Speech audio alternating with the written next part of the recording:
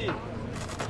Так начинается новая жизнь одной из главных транспортных артерий города. Рустам Минниханов и Ильсур Медшин открывают движение. По мосту через Кабан едут грузовики, как подтверждение прочности и надежности новой конструкции. Прежний мост был рассчитан на 60 лет. В 2019-м признан частично аварийным. В прошлом году в одной из несущих опор обнаружили трещину и закрыли на ремонт. Но оценив ситуацию, приняли решение снести старый переход и возвести на его месте новый, шире, прочнее и удобнее прежнего. Что ж, сегодня и вправду трудно узнать место некогда аварийного моста. Теперь здесь не 6, а целых 8 полос для движения, где уже сегодня проедут тысячи машин и общественный транспорт. Но расширилась и пешеходная зона, появились велодорожки и вот такие новые остановки. На работу хожу по этому мосту и обратила внимание, что уже какое-то движение началось. Очень удобно, очень хорошо и главное, что красиво.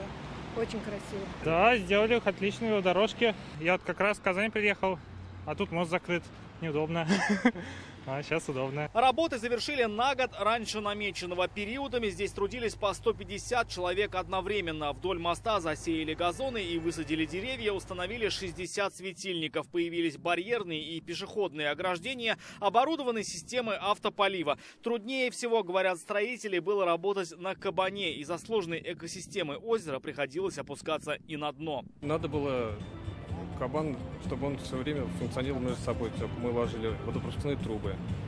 Пришлось Кабан засыпать, отбить шпунтами, делать водопонижение и работать, грубо говоря, внизу, ниже уровня воды. Пока шел ремонт, водители личных машин и автобусов ехали в объезд через Хади Такташа, Салимжанова, улицы Татарстан и Габдуллы Тукая. Признаются, с нетерпением ждали открытия. Ждали этого момента? Да, давно. Спасибо. Для вас это удобнее? Конечно, да.